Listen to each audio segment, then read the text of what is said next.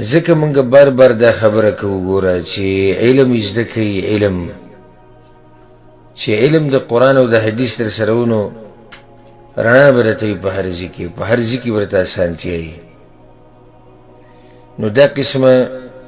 موسمونه د عباداتو چې کله راشي بس دا غریبان عوام دوی ته مسلې سټارټ شي یو مسله او بله مسله او یو مسله او بله مسله نو په داسې وخت کې علم ته ضرورت دی علم ته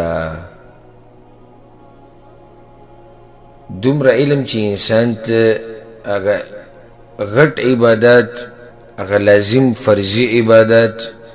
د هغې کول ورته اسان شي دومره علم پکاري انسان له سوالونه خو ډېر زیات راغلي دي او تپوسونه خو موږ به چې څومره کېده د هغې جوابات به وکړو د دې مجلس د انتها پورې او د اختتامه پورې اولنی سوال دا یو ورور کړی دی وایي ما دا خبره اورېدلې ده چې رمضان الله تقسیم کړی دی په 3 حصو باندې د رمضان د میاشت الله تقسیم کړی ده په 3 حصو باندې اولنی 10 ورځې دا د رحمت دي او د منځنۍ 10 ورځې چې دي دا د مغفرت او د بخاني دي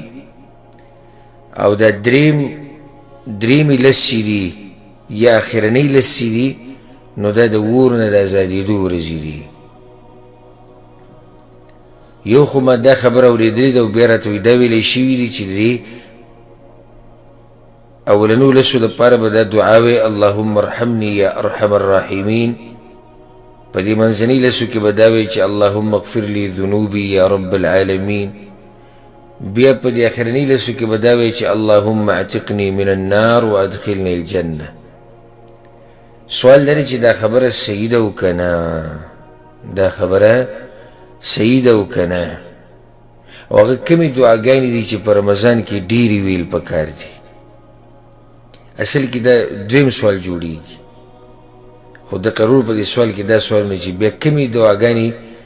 موږ له ډېرې غوښته پکار دي او ډېر ویل پکار دي الجواب امام ابن خزیمه رحمه الله یو روایت راوړی دی د سلمان رضی الله عنه پیغمبر صلی الله علیه وسلم خطبه وکړه د شعبان په اخرنۍ ورځ باندې او بیا یې دا وایي چې ایها الناس قد اضلکم شهر عظیم شهر مبارک ای خلکو په تاسو باندې داسې میاشت راغله چې هغه لویه میاشت ده هغه عظیم میاشت ده هغه برکتونو والا میاشت ده وهو شهر اوله رحمه واوسطه مغفره واخره عتق من النار او د دې میاشت چې په اولنۍ برخه کې رحمت دی په منځ کې مغفرت دی او په آخره کې د جهنم نه ازادېدل دي دا روایت شته امام ابن خزیمه راوړی خو دا سندن کمزوره روایت دی بلکې موږ به داسې ووایو یو سړی چې زه دې روایت ته ډېر خوشحاله وم چې دا خو ډېر د خوشحالۍ روایت دی چې یعنې په اوله کې رحمت او بیا مغفرت او بیا د اور نه ازادېدل زه هم د دې نه زیاته د خوشحالۍ خبره راته کوم هغه ده چې د رمضان میاشت ټوله د رحمت میاشت ده ټوله د مغفرت میاشت ده ټوله د اور نه د ازادېدو میاشت ده نو هیڅ ضرورت نشته چې دا دې خاص کړی شي یا دا دې په 3 حصو کې تقسیم شي او په دې دې څه دلیل نه که دلیل وی بیا خو صحیح ده خو دا روایت چې دی نو دا کمزوری دی او د رمضان میاشت ټوله د رحمتونو میاشت ده حدیث کې راځي امام مسلم راوړی دی مشهور حدیث دی پیغمبر صلی الله علیه وسلم وی اذا كان رمضان فتحت ابواب الرحمه وغلقت ابواب جهنم وسلسلت الشياطين کله چې رمضان راشي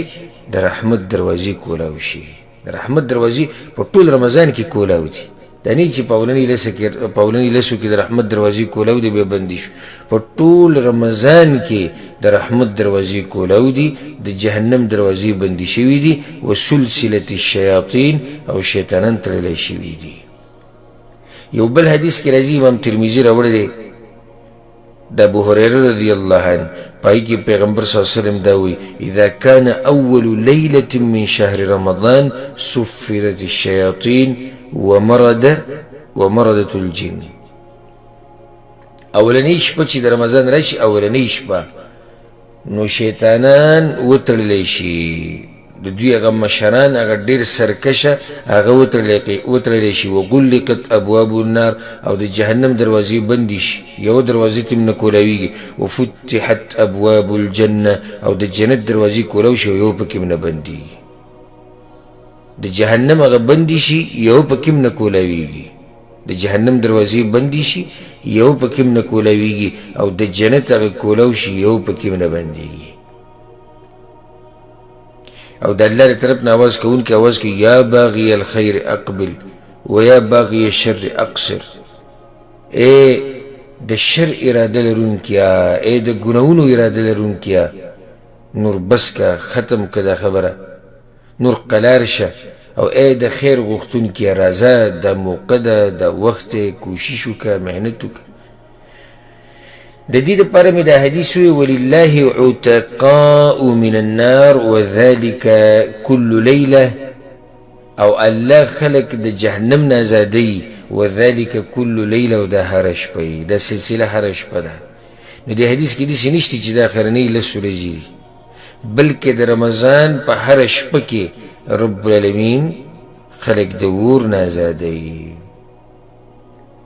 بیا دې رور دا تپوس کړی دی چې هغه کمې دعاګانې دي چې رمضان کې ډېرې غوښته پکار هره دعا چې ستا خوښوي ډېره غواړه هره دعا چې دې خوښوي کومه دعا چې دې خوښوي هغه غواړه حدیثونه په دې باندې ډېر څه به راشي سوالاتو جواباتو کې او څه موږ مخکې ډېر بیان کړي دي او معروف دي چې هغه کسان چې د هغوی دعا نه رد کېږي نو یو پکې څوک دی روجتي انسان د دعا نه رد کېږي دعاګانې غواړه په مخه روجتي انسان دعا نه قبلېږي او بیا رمضان کې دعاګانې الله قبلوي او الله غواړي چې دعاګانې ډېرې وغوښتې شي په هغې دلیل څه دی سوره بقره کې الله سبحانه وتعالی د روجې مسایل ذکر کړي یا ایها الذین آمنوا کتب علیکم الصیام د آیتونه دې ځینې شروع شوي بیا اخرنی آیت څه دی احل لکم لیلة الصیام الرفث الی نسائکم چې د شپې د رمضان په میاشت کې د شپو مسله الله بیان کړې ده چې د شپې کوروالی کول د روا دي خوراک څښاک روا دی د دې آیتونو په منځ کې د آیت دی واذا سألک عبادي عني فإني قریب که چېرته زما بندګان ستا نه تپوس وکړي زما په باره کې نو زه ډېر نږدې یم اجیب دعوة الداعي اذا دعان او قبلوما دعا د دعا غوښتونکي کله چې دعاګانې غواړي علماو دې کې څه حکمت دی چې د رجوع د مسایلو بیان روان دی او په منځ کې د دعا مسله راځي نو اشاره دې ته ده چې دا وخت د دعاګانو د غوښتو د دعاګانې ډېرې غواړه او الله وایي زه یې قبلو نو کومه دعا چې د خوښې هغه ډېره غواړه که هغه د ځان دپاره غواړي د مور پلار دپاره د امت دپاره د غریبانانو دپاره د خپلو بچو دپاره د خیر موسم دی او ټولو دپاره دعاګانې غواړه مسلمانانو دپاره د خپلو خپلوانو دپاره د داسې وخت دی چې الله پکې دعاګانې قبلوي والله اعلم دا یو ورور سوال کړی دی وایي که یو کس راولګي او ځان سره یو روجتي بوزي او په هغه باندې روژه ماتې وکړي نو الله به له څه اجر ورکوي د دې وایي په حدیثونو کې څه اجر راغلی دی خاص الجواب امام ترمذي یو روایت راوړی دی امام ابن ماجه هم راوړی دی د زید ابن خالد الجهني رضی الله عنه هغه وایي پیغمبر صلی الله علیه وسلم دا خبره کړې ده من فطر صائما كان له مثل اجره غیر انه لا ينقص من اجر الصائم شيء څوک چې په روجتي باندې روژه ماته کړي روژه ماتې وله ورکړي روژه ماتې ورکول یعنې موړي کړي د ده دپاره د دقه روجتي انسان د روجې امره اجر دی او د هغه د روجې نه به څه کم نه شي چا چې روژه ماته کړې ده د سره د هغه ته خو اجر د هغه میلاویږي ځکه چې هغه خپل عبادت کړی خو هغه ته چې څومره اجر میلاویږي د هغې امره اجر هغه ده ته میلاویږي دومره لوی فضیلت ده. دا د سلف صالحینو طریقه ده. د سلفو سیرت چې راوالی وګورئ که نه نو ډېر حرص به هغوی کوو د دې خبرې چې به بل باندې خوراک وکړي او بیا خصوصا چې روجې او په هغه باندې روژه ماتې وکړي. ځکه بعضو سلفو نه دا خبره نقل ده وی زما دا خبره خوښه ده چې زه لس کسان راولم په خپلو ملګرو کې او هغه خوراک وله ورکړم کوم چې د هغوی خوښي. دا خبره مې د دې نه خوښه ده چې زه لس غلامان او مریان ازاد کړم. د هغې نه مې دا خوښه ده چې لس ملګري راولم او په هغوی باندې خوراک وکړم. بلکې سلفو کې د ډېرو طریقه دا وه چې ځان له یوازې روژه ماتی به یې نه کوو بالکل. د یتیمانانو، مسکینانو، غریبانانو، میلمنو سره همیشه د هغوی روژه ماتې به د هغوی سره. لکه او کې مشهور عبدالله بن عمر رضی الله عنهما دی. عبدالله بن عمر دا طریقه وه هغه به روژه ماتې لازم د یتیمانانو، مسکینانو، غریبانانو دې خلکو سره کوو. دغه شان داود الطایی، مالک بن دینار، امام احمد بن حنبل یې ټولو باره کې راځي چې دوی به یوازې روژه ماتې نه کوو. لازم به ورسره سوکو د هغو سره به یو ځای روژه ماتې کوو. بلکې د بعضو باره کې راځي د حسن بصري رحمه الله او د ابن المبارک رحمه الله په باره کې وی دوی خو به یو روژه ماتې یوازې نه کوو،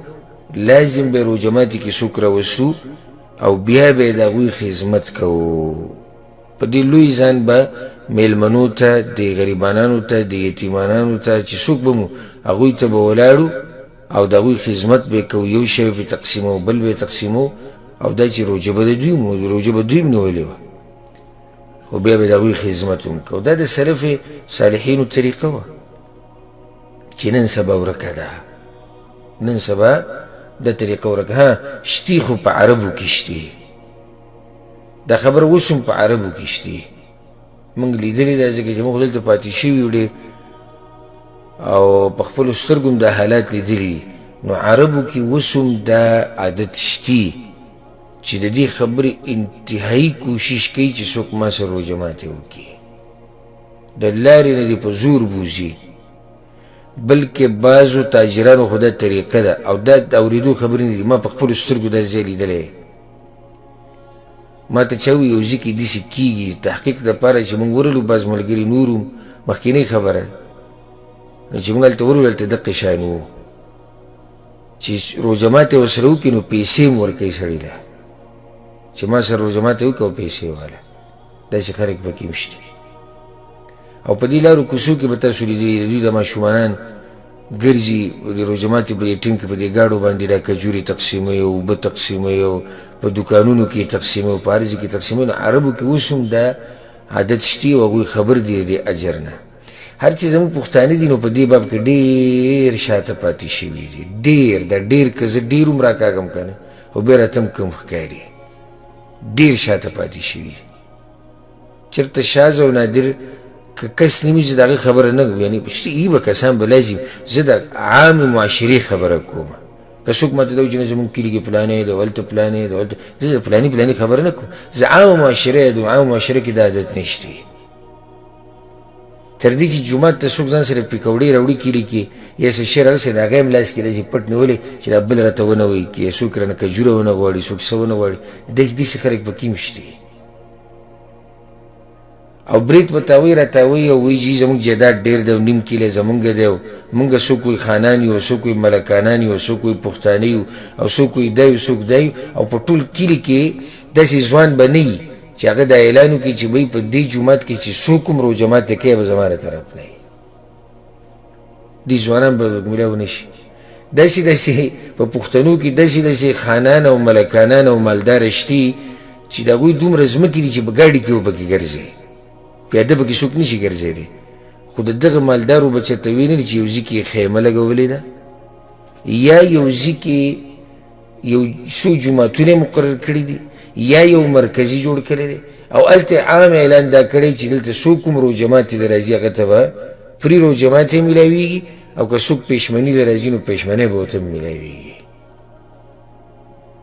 سم خیال دی که زما خبرې غلطي دا به تا ته چې زم نادر شتي هلکان شتي ځوانان شتي هر وخت کې خیر والا خلک دي خو زموږ په پښتنو کې ډېر لږ دي پښتنو کې لږ او په عربو کې زموږ په نسبت هغه بیا ډېر زیات دي نو دا د سلف صالحینو طریقه وه چې را وخته پورې به روژه ماتې نه کړو څوک چې څو پورې ورسره بل کس نه اوس که ته دا طریقې شروع کړې او د ځان سره روزانه یو کس بوځي روژه ماتي له خدي کې دا خبره هم یاده کوي چې ګوره لازم نه چې دی به غریب وي ځکه چې دا حدیث عام دی من فطر صائما چا چې یو روژتي له روژه ماتې ورکوي ممکن چې غریب وي ته ځان سره روزانه یو کس بوځي او 10 روجو میاشت شوه 10 روجې تا ونیوي یو روزانه د یو کس بولی که 15 روجې تا ونیوي دغه چاته د هغه اجر درته هم میلاوي کان له مثل اجره څنګه اجر چې د هغه دی د روجې دقه شان اجر تاته میلاوي نه د هغه د اجر نه به څه کم شي او نه به د ده دواړو ته پوره اجر میلاوي ښه ته 2 به وځې روزانه څو شوي لس کم 90 روجې شوي ځکه چې 10 تا ونیوي او 10 ورته بیا 3 بیا 4 بیا 15 الله اکبر او بیا چې عام اعلان یې کړی چې به دې علاقه کې یا دې جومات کې یا دې مرکز کې څوک هم روژه ماته کوي هغه زموږ د طرف نه میلاوي دې سړي ته به څومره لوی اجر میلاوي بل دا چې دې کې نور عبادت هم دننه رالو که نه ولې اجر ډېر دی نور عبادت په کې هم رالو لکه د نیکانو خلکو سره ناسته دا ځان له عبادت دی ته نیک سړی راولې روژه ماتي له نو یو خو دې دا عبادت وکړو چې روژتي دې روژه ماتي له راوستو دننه دې پکې بل عبادت دا وکړو چې نیکعمله سړی دې راوستو دا سره کېناستې نو دریم عبادت پکې بل دا راغی شریعت وایي چې ای مؤمنانو د یو بل سره مینه محبت ډېر کوي نو دا د مینې محبت د ډېرېدو یو لار ده دا هم عبادت دی دننه پکې بل عبادت راغی شریعت وایي خوراک په خلکو وخوروئ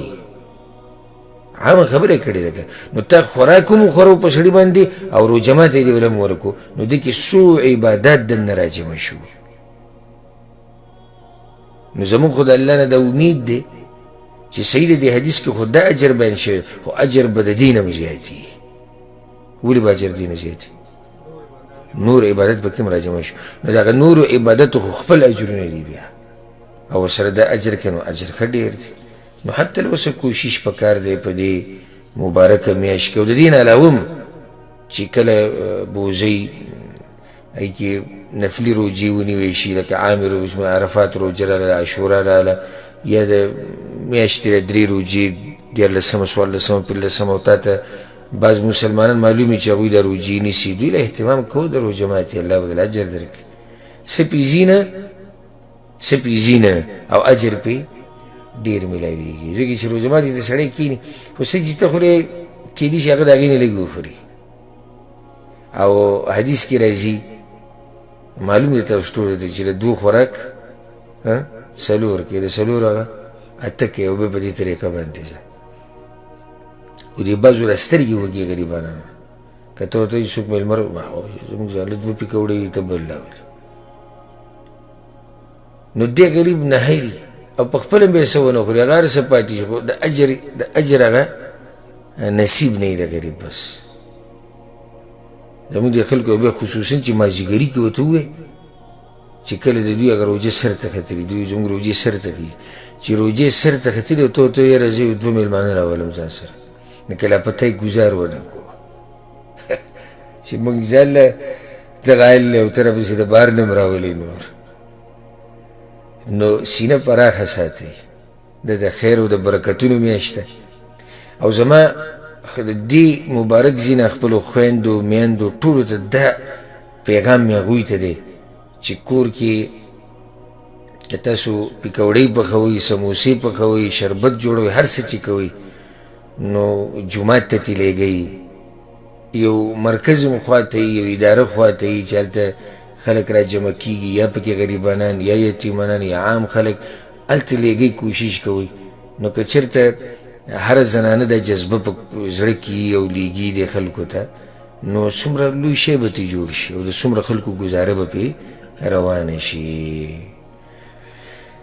دا یو ورو سوال کړی دی چې مسواک استعمالول د روجې په حالت کې څنګه دي، او بیا دا مسواک چې سړی ووي نو دا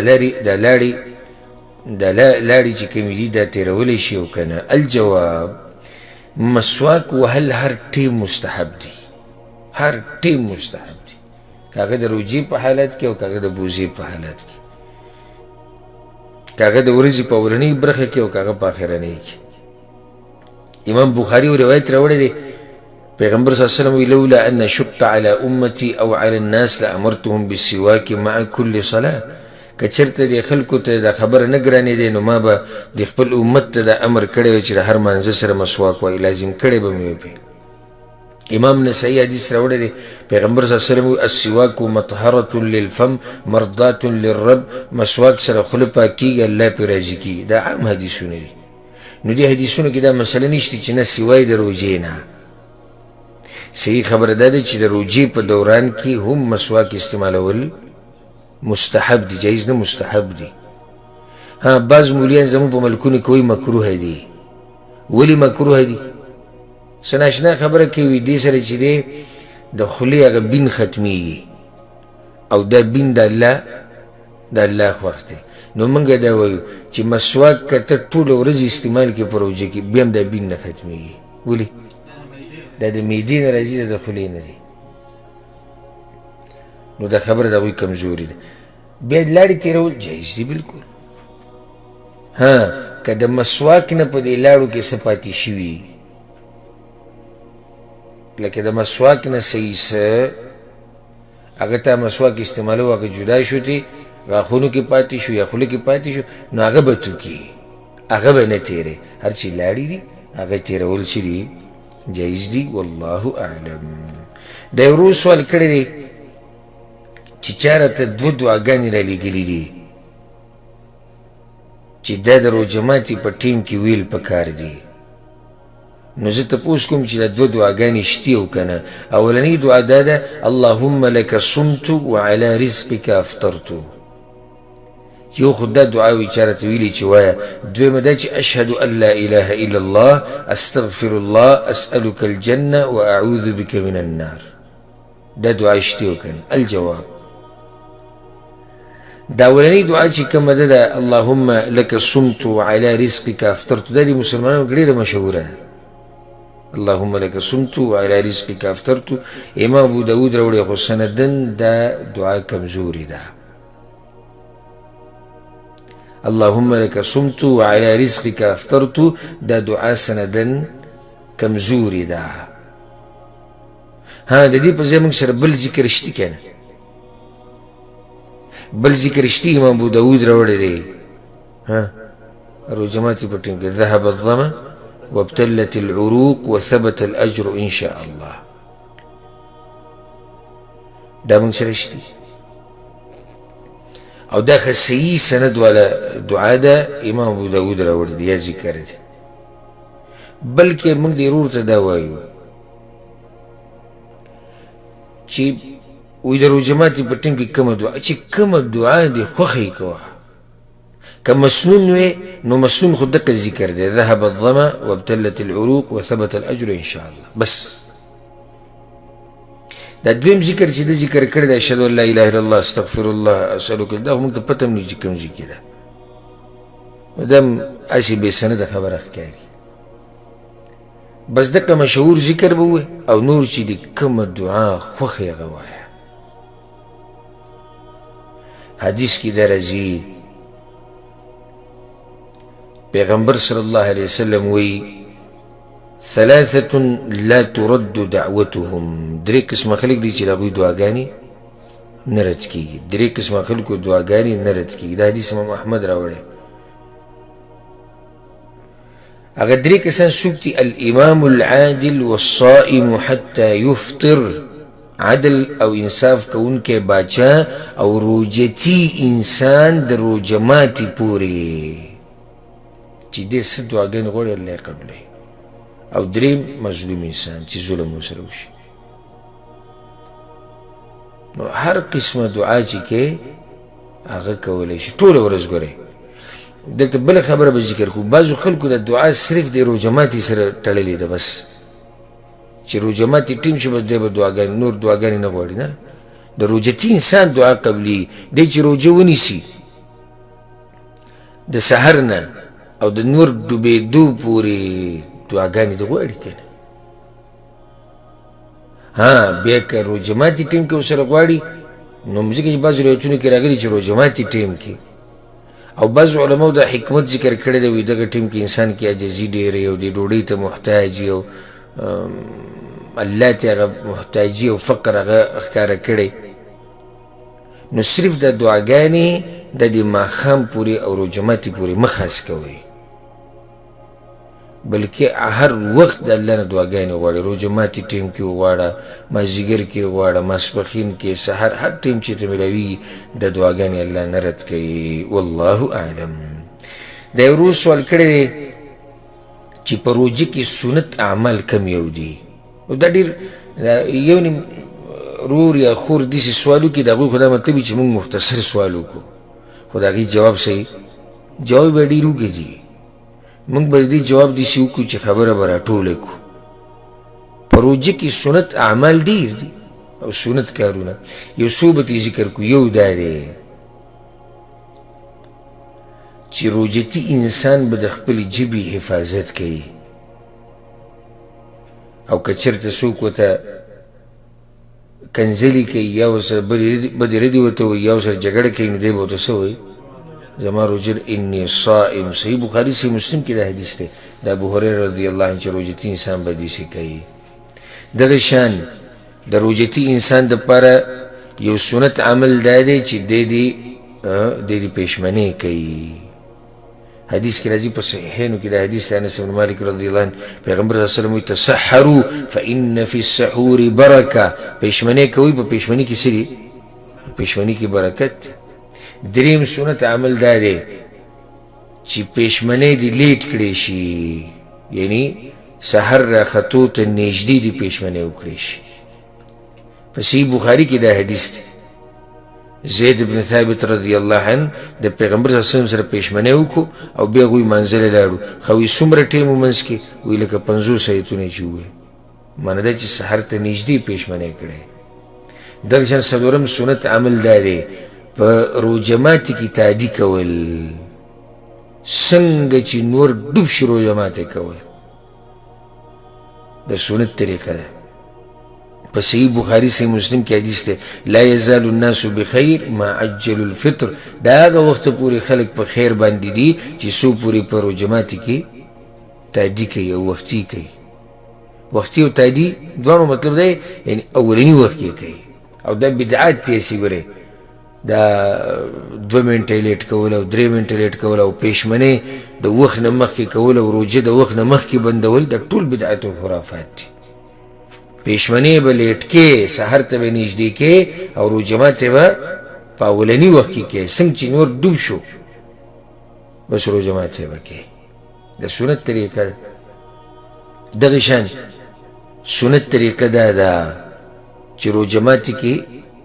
تازه کجورو باندې روژه ماته کړی شي که تازه نه وي بیا دې په عامو کجورو که هغه نه وي نو بیا دې په اوبو باندې په سنن د امام ابو داود کې دا روایت شتي چې پیغمبر صلی الله علیه وسلم په تازه کجورو روژه ماتوله که رطبات به نه نو بیا په تمراتو باندې عامو کجورو باندې فان لم تکن حسوات مما که کجورې به هم نه وي نو بیا به اوبه وڅکړي دغه شان شپږم سنت عمل دا دی چې کله روژه ماته کې نو هغه ټیم کې مسنون ذکر ویل ذهب الظما وابتلت العروق وثبت الاجر ان شاء الله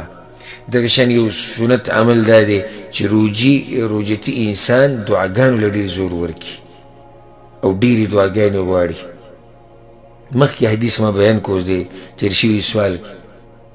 چې د روژتي انسان دعاګانې الله نه رد کوي دغه شان یو روایت کې داسې راځي امام بزار راوړی دی ګورئ ډېر خوندور روایت دی ابو سعید الخدري رضی الله عنه پیغمبر صلی الله علیه وسلم وایي په روژه کې الله هره ورځ او هره شپه خلک د اور نه ازادوي په دې کې ورسره هره ورځ هم دي په روژه کې الله هره ورځ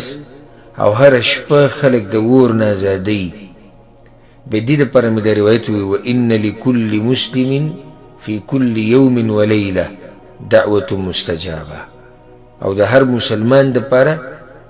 په ورځ او په شپه کې لازم داسې دعایي چې الله یې قبلوي. او تاسو سوچ وکئ یعنې د ټول رمضان د اول سر نه ول اخره پورې هره شپه او هره ورځ الله سبحانه وتعالی ستا دعا قبلوي پکې. په هره ورځ او په هره شپه کې ستا یو دعا شتي چې الله یې قبلوي. نو دعاګانو له زور ډېر ورکول پکار دي. دا بس سنت اعمالو ما خو چې دا خبره دا خو تفصیلي جواب غواړي خو دا مختصر موږ یو څو ذکر کړو.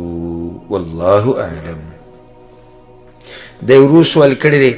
چې نن سبا د ملکونو والا عامو ملکونو والا د ویکسین خلکو ته لګوي چې هغه د دې کرونا وایرس دپاره دي یا کووډ 19 چې ورته وایي. د هغې دپاره چې کومې ویکسین او ستنې لګي په دې سره روژه ماتېږي او که نه. ځکه چې ډېرو ملکونو کې لګیا دي مسلمانانو ته یې لګوي او بعض مسلمانان په دې شک کې دي چې دې سره به روژه ماتېږي او که نه. الجواب دې سره روژه نه ماتېږي ځکه چې دا ویکسینې کومې چې د کرونا دپاره لګوي دا هغه ستنې دي چې د علاج دپاره دي. دا نه خوراک څښاک دی او نه د خوراک او څښاک کار ورکوي. نو ځکه صحیح خبره ده چې دې سره روژه نه ماتېږي. والله اعلم. دا یو ورو سوال کړی دی چې زه په منځه باندې ولاړم سحر لمونځ مې کوو نو د منځه په دوران کې ما په دې خپلو غاښونو سره د شونډې نه یو پټ واړو او بیا راته رایاد شو چې زما خو روژه ده. نو په دې ژبه باندې مې ډېر کوشش وکړو چې دغه پټ پیدا کړم په دې خوله کې خو راته پیدا نه شو او بس لاړې مې تېرې کړې. نو زما دا روژه به صحیح و که نه؟ الجواب د روژې په حالت کې چې څوک په غاښونو باندې د شونډو نه څه پټ ونړوي یا یې ترې راکاږي یا یې ترې وشوکوي نو دی به لازم دا توکي او غذاري به ځکه چې تېرولی خو نه شي روژې په حالت کې دی. خو که چېرته دغه پوستکی یا دا پټ د ده نه تېر کړی شو او هیر وتې یا ورته میلاو نه شو یا پیدا کولی ګران و د لاړې تېرې کړې نو هېڅ پې نشتي. ولې ځکه چې ده دا کار قصدن نه دی کړی. او دا خبره موږ د مخکې ورځو کې ذکر کړې وه د بلوغ المرام نه چې موږ د دې مسایلو شرحه کوله چې دا ټولې خبرې چې په هغې سره یا هغه کارونه چې هغې سره روژه ماتېږي په هغې کې 3 شرطونه لازم دي. یو پکې څه دی چې دا کار به د ارادتن کړی یاد دي دا شرطونه یاد به یې ورته اراده به او علم به. بارک الله فیک ماشاءالله. یاد به یې ورته اراده به او علم به. نو دلته خو دا کار ارادتن نه دی کړی یا کوشش وکړي میلاو نه شي. لکه دا ورو چې بیا ماته رایاد شو خوله کې مې وي ژبه ښه وویله خو هغه پوستکی یا هغه پټ راته میلاو نه شي بس هېڅ خبره نه ده انشاءالله روژې صحیح ده. دا یو ورو سوال کړی دی چې د دې زخمونو نه چې دا نو روځي یا اوبه تې روځي نو د دې سره روژه ماتېږي او که نه؟ الجواب دې سره روژه نه ماتېږي. د زخمونو نه چې کوم نوونه روځي یا تې وینه روځي که دا ډېره مې هېڅ خبره نه ده ځکه چې دی معذوره دی دې سره روژه نه ماتېږي. والله اعلم. دا یو ورو سوال کړی دی چې غاښونه صفا کول په دې نن سبا د برش او ټوت پیسټ چې ورته وایي او په دې باندې معجون د غاښونو هغه په دې سره غاښونه صفا کول د روژتي انسان دپاره جایز دی او که نه جایز دی. دا سوال ډېر کیږي، عوام اکثر دا سوال کوي، جایز دی، هېڅ خبره نه ده، خو شرط پکې دا دی چې څه تیر نشي. او که چېرته څوک یې ډېر ضرورت ورته نه وي او شپې ته یې اړوي ډېره ښه ده. که ډېر ضرورت ورته نه وي او څوک یې دغې ته اړوي چې روژه ماتي نه بعد به وکړي نو بیا ډېره ښه ده، ځکه چې خبره بالکل د شک او د شبهې نه ووته. خو که څوک یې د روژې په حالت کې دغه برش استعمالوي او دا کمې دوایانې چې دې دپاره راوتي د غاښونه پرې صفا کېږي، کم معجون چې دي نو دا استعمالولی شي، هېڅ حرج پکې نشتی، خو صرف دومره ده چې احتیاط به کوي چې دا تیر نشي. والله اعلم. دا وروس تپوس کړی دی چې زه د شوګر بیمار یم، نو زما دپاره روژې نیوه څنګه دي؟ آیا په ما لازم دی چې زه به روژې نیسم که نه، روژه ماتولی شم او که نه؟ او دویم سوال دا دی چې زه وخت په وخت خپل شوګر چک کومه، نو د دې دا چک کول د روژې په حالت کې جایز دی او که نه؟ الجواب، عامه مسله دا یاده کوي چې د بیمار دپاره په شریعت کې دا مسله ده، که چېرته روژه دله نقصان ورکوي یا دته ګرانه پرېوځي یا د ورځې دی دوایي ته محتاجي، لازم به دی دا دوایانې دا ګولۍ که هغه د خوراک کې که د څښاک کې دا به دی استعمالیږي، نو بیا بدن ته نقصان رسي، نو د دوی دپاره دا مشروع دي چې دوی روژه ماته کړي یا روژه ونه نیسي. ومن كان مريضا او على سفر فعدة من ايام اخر. الله وی چې څوک بیماری یا په سفر باندې نو دغه شمار دی بیا په نورو ورځو کې پوره کړي. او دغه شان پیغمبر صلی الله علیه وسلم وی ان الله يحب ان تؤتى رخصه كما يكره ان تؤتى معصيته. الله دا خوښوي چې دغه په رخصتونو باندې دی عمل وشي. هر چې وینه ویسته دي د بدن نه دې دپاره چې شوګر چک کي نو دې سره روژه نه ماتېږي، د دې سره روژه نه ماتېږي. خلاصه دا ده، زه به درته د فایدې دپاره دا خبره ذکر کړم او دا ډېره فایدهمنه ده، ډېرې مسلې به درته اسانې شي. د بیمار انسان درې حالات دي، د بیمار انسان څو حالات دي؟ درې. که دا مسله تاسو یاده کړه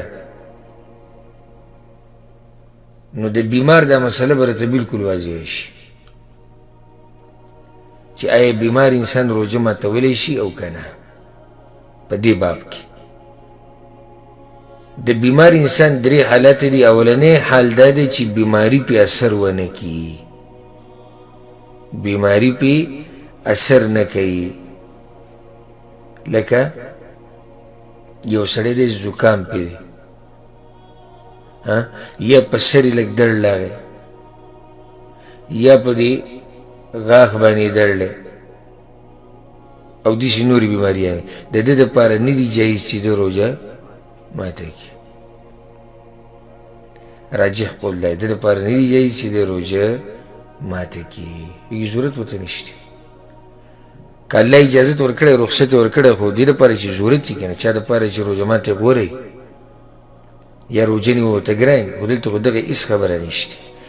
دویم حال د بیمار دا دی چې کله روژه نیول درته ګراني او نقصان وله نه ورکوي. دا دویم حال دی، روژه نیول ورته ګران دي خو نقصان ورله نه ورکوي، نو د ده دپاره روژه نیوه مکروه دي او روژه نه نیوه سنت طریقه ده. دویم حال څه دی طارق صاحب؟ روژه نیوه ورته ګراني او نقصان ورله نه ورکوي، نو څه به کوي؟ د دې حکم څه دی؟ روژه نیوه مکروه دي او نه نیوه غوره دي. دریم حال دا دی چې روژه نیوه ورته ګراني او بدن لی او بدن ته نقصان ملاویږي،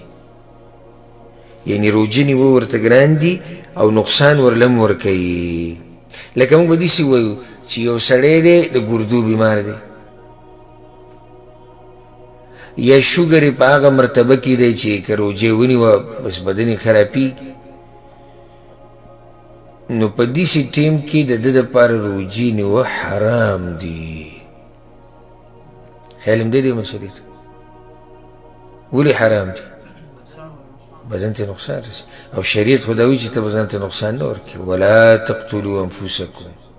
الله وایي خپل ځانونه مه وژنئ. خو دا هله چې کله بیماري یقیني دله نقصان ورکوي یا دا روجې نیوه دته ګرانې او دله نقصان ورکوي، په دې کې دا مسله هم راووته. او ټولو هغه مشرانو ته زه خپلو مشرانو ته دا نصیحت کوم چې زمونږ کوم مشران دي قدرمن په مونږ ګران دي، ځکه ورته دا نصیحت کوو. هغوی بعض مشران هغه دي چې عمر یې زیات شوی یا په بیمارو کې اخته شوي او روجې نشي نیولی او روجې بدن له نقصان ورکوي او بیا هم دوی هغه روجې نیسي وایي نه دا به څنګه یو دا پته نشتي کیدای شي ګناهګار شو دا شو دغه شو. موږ وایو دا کار ستاسو غلط دی، دا کار ستاسو غلط دی، دا روجې چې تاسو نیسئ او بدن له نقصان ورکوئ. مخکې ما حدیث بیان کړو چې د الله دا خوښه ده چې د هغه په رخصتونو باندې دې عمل وشي، نو چې کوم رخصت الله ورکړی په هغې باندې عمل پکار دی. والله اعلم. پوه شوي په دې مسله که نه؟ د ورو سوال کړی دی چې د روجې په حالت کې لامبل، په سیند کې غوپې وهل یا داسې اوبو ته ودرېده یا سر اینځل، د دې څه حکم دی؟ الجواب دا ټول جایز دي. لامبل که په سیند کې لامبې، که په واشروم کې لامبې او که هر ځای کې لامبې او که په سر اوبه اچې، هېڅ خبره نه ده او نه د دې په کراهت باندې څه دلیل شته او نه په تحریم باندې څه دلیل شته. بعضو علماو دا ویلي دي چې جي دا غوپې وهل په اوبو کې او دا چې مکروه دی ولې وایي کیدای شي خولې ته اوبه لاړې شي، خو داسې مضبوطې خبرې نه دي. نو که څوک لامبي په روژه کې لامبلی شي، که هغه دی باتروم کې یا واشروم کې لامبي، فوارې ته ودرېږي، که په بالټي باندې اوبه راړئ یا که دی سیند ته دانګي او که هر ځای کې لامبي ځان له، هېڅ خبره نه ده.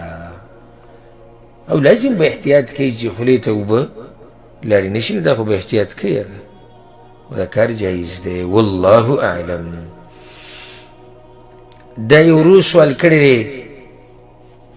چې آیا په روجه کې د روجې په دوران کې چې د انسان روجې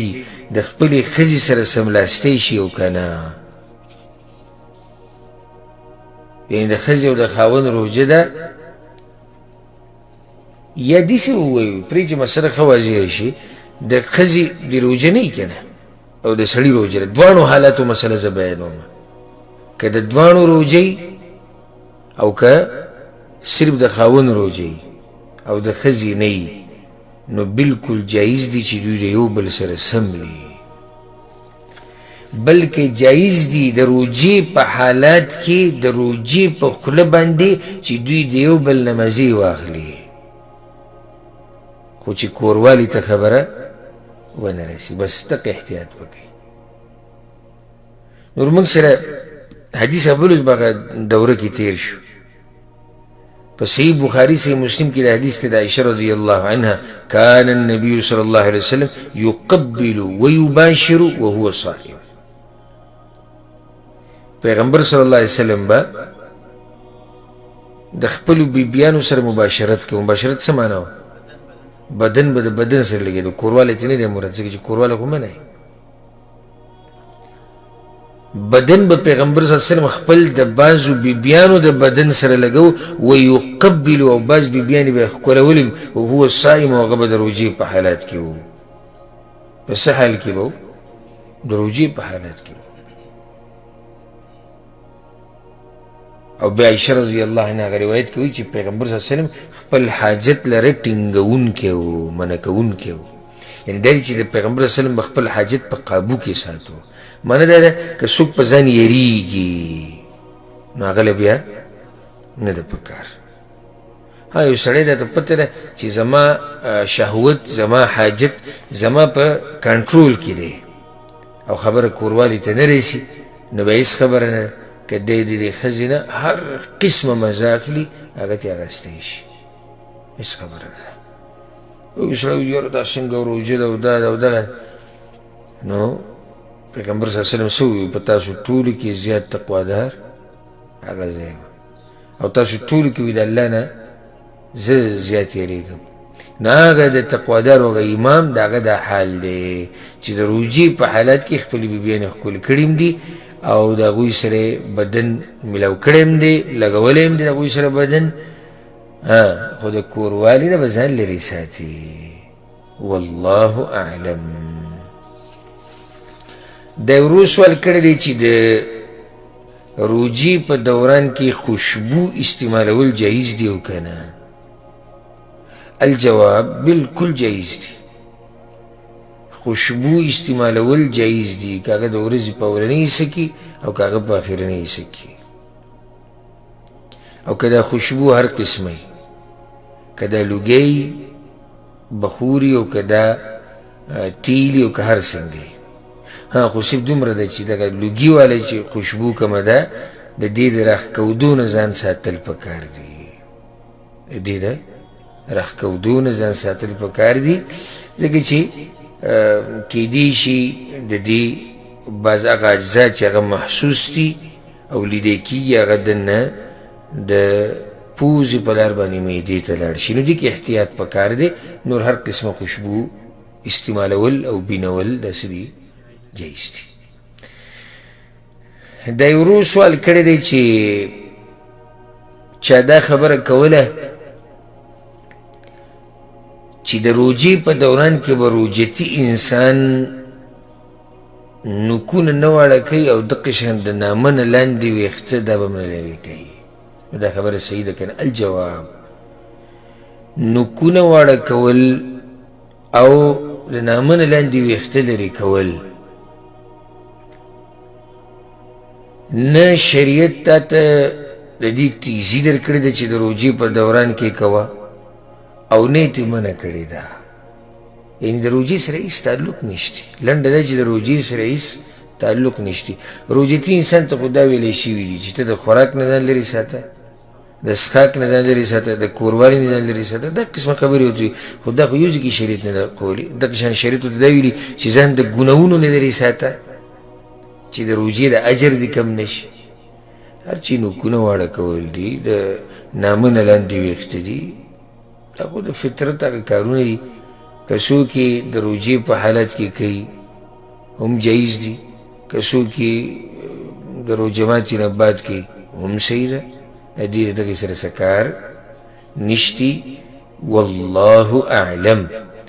دا یو ورو سوال کړی دی چې زما پلار مړ شو تیر شوي کال او په هغه باندې د رمضان 2 روژې پاتې وي، نو اوس موږ به څه کوو؟ الجواب که چېرته دا مسله موږ بیان کړې وه، ځکه ټولو ته بیا دا ویم چې هغه دوره کومه چې نږدې ورځو کې ختمه شوه هغه یو پیر بیا واورئ. ډېرې قیمتي مسلې دي او ټولو مسلمانانو ته به ترې فایده میلاو شي. د ټولو دپاره دي هغه مسلې. موږ دا خبره ذکر کړې وه چې بیمار چې روژې پې پاتې شي او دی مړ شي دا په 2 قسمه دی. یا یو انسان چې مړ شي او روژې پې پاتې شي دا په 2 قسمه دي. یو هغه انسان چې عذر یې و د هغې د لاسه یې روژه ماته کړه او بیا ورته موقع میلاو شوه د دې روژو د نیوو او روژې ونه نیوې، د ده ځان له مسله ده. او یو هغه سړی دی چې هغه د عذر په هغه دوران کې مړ شو، نو د ده ځان له مسله ده. دې ورور ته موږ دا وایو که چېرته ستاسو والد صاحب د دې روجو د کمې چې پاتې د دې قضا یې راوړی شوه موقع ورته میلاو شوه خو سستي وکړه سبا بل سبا یې کول تر دې چې هغه بل رمضان راغی او چې د هغې نه بعد بیا دی مړ شو نو بیا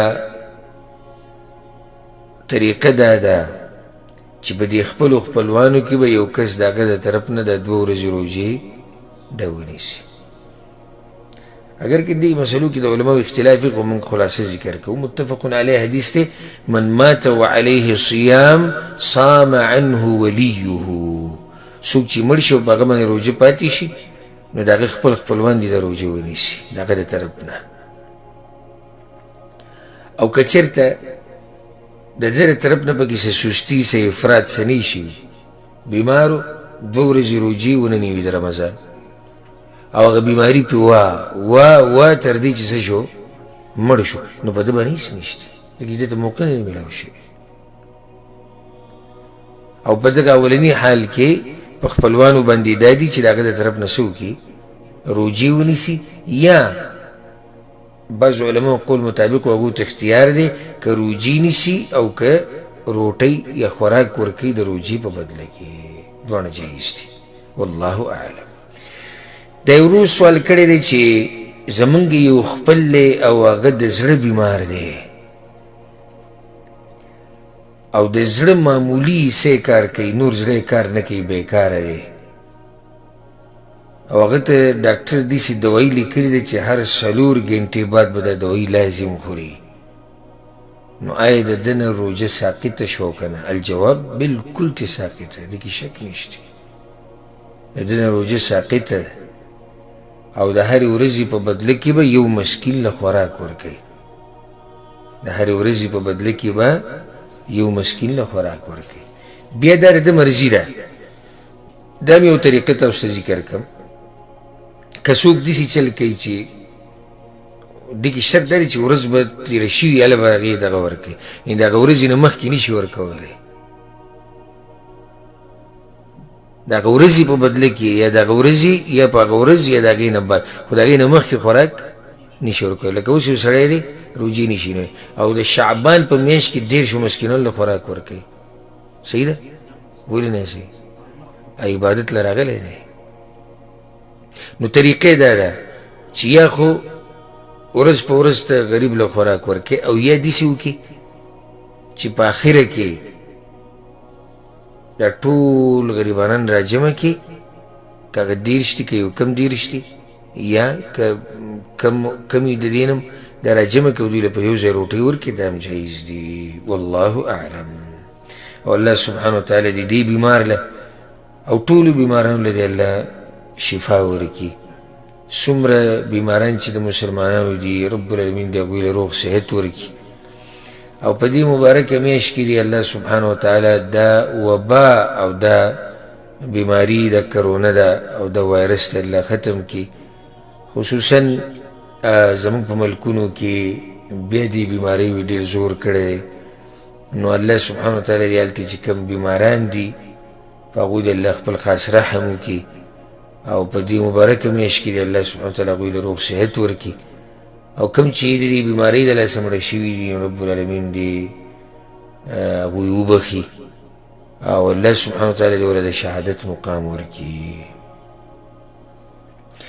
د یوې خور سوال کړی دی چې د یو زنانه په خېټه باندې ماشومي نو د دې دپاره روژې نیوه غوره دي که نه نیوه غوره دي الجواب اول خود دا خبر یاد ساتل پکار دی چې هغه زنانه چې د هغې په خېټه باندې ماشومي نو دا هم مکلفه ده روژې به نیسي لکه څنګه چې عام مسلمانان دي الا که چېرته دا په خپل ځان باندې ویریږي یا په دې ماشوم باندې ویریږي نو بیا دې دپاره فطر معنی ده چې روژه نه نیوه یا ماتول جایز دي عبدالله ابن عباس رضی الله عنهما روایت دی امام ابو داود راوړی وعلى الذين يطيقونه فدية طعام مسكين بارك هغه دا وی وی الله وی چې چاته روژه ګرانه ده نو دې دې څه وکړي خوراک دې ورکړي یو مسکین دې خوراک ورکړي د یوې ورځې په بدله کې نو وی دا رخصت دی د مشر سړي دپاره او د مشرې ښځې دپاره او دغه شان د المرضع او د حبلا دپاره هغه زنانه چې ماشوم له پی ورکوي یا هغه زنانه چې د هغې په خېټه باندې بچی. دا درته فایده ذکر کړم چې هغه زنانه د کمې په خېټه باندې چې بچی د دې دپاره به روژه نیوه یا ماتول کله جایزي، کله به واجبي او کله به حرامي. څنګه؟ که چېرته دا روژه نیوه دې ته ګرانه وي او نقصان ورله نه ورکوي، که چېرته دا روژه نیوه دې ته ګراني خو نقصان ورله نه ورکوي، نو داسې ټیم کې د دې دپاره جایز دي چې دا روژه ونه نیسي یا یې ماته کړي چې ګرانه یې ورته خو نقصان ورله نه ورکوي. دویم، که چېرته دا روژه دې زنانه له نقصان ورکوي یا د دې زنانه هغه ماشوم له نقصان ورکوي، نو بیا روژه نیوه د دې دپاره ناروا دي او په دې لازم دي چې روژه به ماتوي یا نه به نیسي. دې ټیم کې لازم شو، مخکې جایز. او که چېرته دا روژه ورته نه ګرانه او نه ورته نقصان میلاویږي او نه یې ماشوم ته نقصان میلاویږي، نو بیا دې دپاره حرام دي چې دا روژه ماتوي، بیا پې حرام دي. والله اعلم. دا یو ورو سوال کړی دی او داسې سوال زموږ نه په مخه کېږي هر کال، وایي چې کوم سړی په مخه مسافري نو آیا دی په مخه د سفر په دې رخصتونو عمل کولی شي؟ لکه یو سړی دی هغه همیشه ټریله چلی یا په دریاب کې کشتۍ چلی، خو مقصدي خبره دا دی چې هر وخت په سفر کې دی، نو دا رخصتونه د سفر دا د ده دپاره هم دي؟ او د ده دپاره هم دي، د ده دپاره هم دي چې څو پورې دی په سفري تر دې چې خپل ځای ته نه رسېدل. ځکه چې شریعت کې چې کوم نصوص راغلي دي او په هغې کې رخصتونه بیان شوي دي نو هغه څه دي؟ هغه عام دي. په هغې کې دا خبره نشته چې دا د هغه مسافر دپاره دي چې هغه څه وخته پورې مسافري، دا پکې نشته. قرآن کې الله وایي فمن کان منکم مریضا او علی سفر، تاسو کې څوک په سفري، اوس که په مخه په سفري او که څه وخته پورې په سفري، خو په دې رخصتونو باندې عمل کولی شي. رخصتونه د سفر لکه ډېر دي، دا روژه نه نیوه یا په موضوع جوراب باندې 3 ورځې 3 شپې مسح کول، مونځ قصر کول، لنډول او 2 مونځونه جمع کول، او دا قسم رخصتونه په دې باندې عمل کیدی شي. والله اعلم. دا یو ورو سوال کړی دی، وی ما ته مختصر هغه عذرونه بیان که چې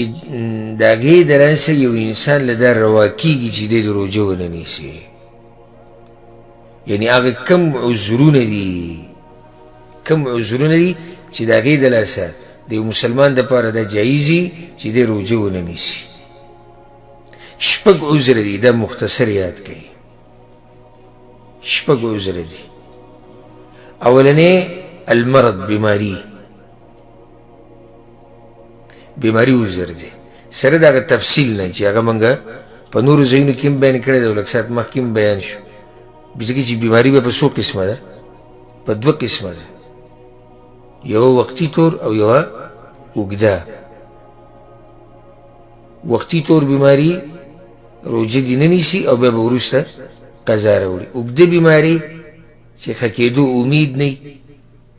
نو بس دی به د ورځې په بدله کې یو مسکین له خوراک ورکوي. دویم عذر السفر، سفر عذر دی. دریم عذر د زنانه دپاره دی، ماشوم له پی ورکول یا په خېټه باندې د حمل جوړېده. دا دریم عذر د چا دپاره دی؟ زنانو دپاره دی. ماشوم له پی ورکول یا په خېټه باندې د حمل جوړېده. څلورم عذر بوډاوالی، ډېر بوډاوالی. یو خو هغه عام بوډاوالی چې انسان بدن کې طاقت یې صحیح، ډېر بوډاوالی چې انسان کمزوری شي، نو دی بیا د ورځې په بدله کې غریب له خوراک ورکوي. 5م عذر چې لوږه او تندې خراب کی او بدن ته نقصان ملاویږي، نو دله جایز دی. لکه اوس یو سړی دی دومره تږی شوی دی که اوبه یې ونه څښړې نو کیدی شي مړ شي یا که څه ونه خوړو نو کیدی شي ګډ مصیبت ورته میلاو شي نو په داسې ټیم کې بیا جایز دي د عذر په بنا چې دې د روژه ماته کړي او شپږم عذر اکراه مطلب یعنی زور زبردستی په چا باندې وشي لکه اوس یو سړی دی د هغه په تندي باندې چا ټوپک کېښود چې ته به دا روژه لازم ماتې نو دا د لپاره عذر دی ځکه چې هلته نه ماتې وجني نو څه عذره شو شپږ کم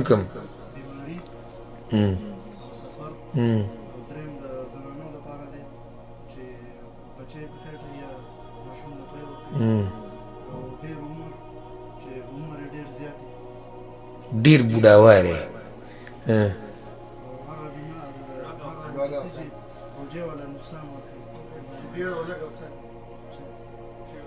ته خطا شو ته څه پنځم څه ته بیمار و ته په اولنی عذر ذکر نه کړو بیماري هغه لوږه او تنده چې انسان ته نقصان ورکوي داسې درجې ته ورسي بیا به دی معذوري او بیا اخرنی چې چا باندې زور زبردستي وشي اکراه د هغې نه بعد یو ورور سوال کړی دی وی او دا سوال هم ګورې موږ نه بار بار شوی دی ډېر قیمتي سوال دی هغه دا چې هغه خلک به په څه طریقې سره روجې نیسي او ورځ او شپه به حسابوي کوم چې په داسې ملکونو کې اوسېږي چې ورځې اوږدوي یا پکې شپه نه راځي بلکل یا پکې ورځ نه راځي په 24 ګنټو کې دوی به څه کوي الجواب زه به دا جواب راټول کم چې دا مسله بلکل واضحه شي او اسانه شي په داسې ملکونو کې چې څوک اوسېږي د دې قطب شمالي سره خوا کې نو د ده دوه حالات دي د دې خلکو څو حالات دي دوه یو په داسې ملک کې یو سړی اوسېږي چې په هغې کې په 24 ګنټو کې شپه او ورځ راځي شپه او ورځ پکې راځي نو دوی له خو دا نه دي جایز چې د نورو ملکونو په حساب پسې روان شي بلکې په خپل حساب باندې به روژه نیسي منځونه به کوي ځکه چې ورځ هم شتي او شپه هم شتي خدای عذر نه دی ګوره څوک به کوي وایي ورځ پکې 21 ګنټې ده وایي هېڅ خبره نه ده لکه بس بیا دا وایي صحیح شوه ورځ او شپه پکې شتي خو ورځ یې 21 ګنټې ده او ورځ 20 ګنټې ده ورځ 22 ګنټې ده او صرف پکې 3 ګنټې شپه هېڅ خبره نه ده اهم خبره ده چې په 24 ګنټو کې ورځ او شپه راځي نو بس د هغې حساب به کوي او خپل ترتیب سره به منځونه کوي او روجې به نیسي دویم حال دا دی بعض ملکونه په دغه طرفونو باندې داسې دي او بعض علاقې چې هلته په 24 ګنټو کې شپه ورځ نه راځي شپه ورځ نه راځي لکه کله بعض ملکونه داسې دي چې ورځ پکې 2 ورځې بیا 2 ورځې شپې کله داسې بعض ملکونه ګوره هفته پکې ورځي او هفته پکې شپې بعضو کې میاشتې او په میاشتو نو دوی به څه کوي جواب د دوی طریقه دا ده چې دوی به دا ټیم د منځونه د عبادتونه د هر څه به تقسیم کړي په 24 ګنټو باندې لکه دا 24 ګنټې به دوی داسې کړي چې دا څه دي شپه ورځ شو اگر که شپه ورځ پکې نشته یا شپه ده او یا ورځ ده خو دوی به 24 ته تقسیم کړي 24 ګنټې به حساب چې بھئی دا 24 ګنټې زمونږ ورځ ده او زمونږ شپه ده اوس به اندازه ولګوي په دې دلیل دا دی پیغمبر صلی الله علیه وسلم چې دجال به راځي اولنۍ ورځ به د کال په شاني دویمه به د میاشت په شاني دریمه به د هفتې په شاني او باقي ورځې به یې عامې صحابه کرام وایي د مانځه به څه کوي یا رسول الله وی اندازې لګوئ که نه بیا نو دغه شان دلته به اندازې لګي 24 ګنټې به حساب شي او بیا به اندازه ولګي چې دا اوس د روژه ماتي ټیم دی دا د مازدیګر مانځه ټیم دی دا د ماښام او داسې خو سوال دا دی چې اندازه به څنګه لګوي لکه صحیح شو 24 ګنټو ته خو موږ هغه وخت تقسیم کړو 24 ګنټې دا شوې اوس موږ په دې کې په کوم حساب باندې دا ووایو چې دا نور ډوبېدو ټیم دی، دا د ماسخوتن، دا د ماښام، دا د سحر، نو په کې به د علماو اختلاف دی. یو قول دا دی وی دوی به دا ورځ به 12 ګنټې کې او شپه به 12 ګنټې او بیا به پوره حساب باندې چې 12 ګنټې تېرې شو بس لکه دا روژه ماتي ټیم شو، 12 ګنټې چې تېرې شوې دا د پېشمني ټیم شو. په دې طریقې سره لمونځونه وي. یو قول دا دی. دویم قول دا دی وی دوی به مکې مدینې ته ګوري، مکې مدینې اندازې سره هغې سره به اندازه برابرې، ځکه چې دا د وحي ځای دی او په دې ځمکه باندې وحي راغلی ده او دلته پیغمبر صلی الله علیه وسلم پاتې شوی دی، نو مکې مدینه ته به ګوري. دریم قول دا دی وی نه دوی به نږدې ملک ته ګوري چې په هغې کې شپه او ورځ په 24 ګنټو کې راځي. نږدې ملک ته به ګوري چې په هغې کې په شپه ورځ کې ورځ او شپه راځي. والله اعلم، زما خو خپل ځاني زړه دې ته مطمئن دی او ډېرو محققینو علماو دې له ترجیح ورکړې چې راجح قول هم دا دی، ځکه چې جغرافي حالاتو ته موږ وګورو او خریطې ته وګورو او میپ ته وګورو، نو کوم ملک چې دوی ته نږدې دی نو همدغه ملک حقدار دی دی چې د هغې په اندازې دی د هغې ته دې وګورو اندازې دې ولګي، ځکه چې هغه ورته نږدې دی. او دا کوم ملکونه چې یو بل ته نږدې نو دوی یو بل ته په موسمونو کې، په ورځو او شپو کې او په دې کې یو بل ته نږدې په نسبت دغه لرو ملکونو، نو دې ته ضرورت نشته چې دوی مکې ته ګوري یا دوی د مدینې ته ګوري، دوی د نږدې ملک ته وګوري، هغه نږدې ملک چې په هغې کې په 24 ګنټو کې ورځ او شپه راځي. د هغوی په څه ترتیب باندې شپه ده، په څه ترتیب ورځ ده، په څه ترتیب لمونځونه دي، په څه ترتیب روژه ده، په څه ترتیب پېشمنۍ دی، بس هغې ته دې ګوري او په هغې دې عمل کوي. دا خلاصه ما د دې سوال حتی الوسه د دې جواب بیان کړه او حتی الوسه کوشش مې وکړو چې مختصر یې کړم چې دا رونه پرې پوه شي، ځکه چې ډېر زموږ پښتانه رونه او خویندې هغه په داسې ملکونو کې دي چې هلته یا خو په 24 ګنټو کې شپه ورځ نه راځي او یا که راځي نو ورځ یې ډېره اوږدی یا شپه یې ډېره اوږدی، او هغوی دا قسمه سوال مخکې موږ نه ډېر کړی دی او بیا هم دا سوال شوی دی، نو دا جواب یې یاد ساتئ. الله سبحانه وتعالی دې ټولو ته اسانه کړي.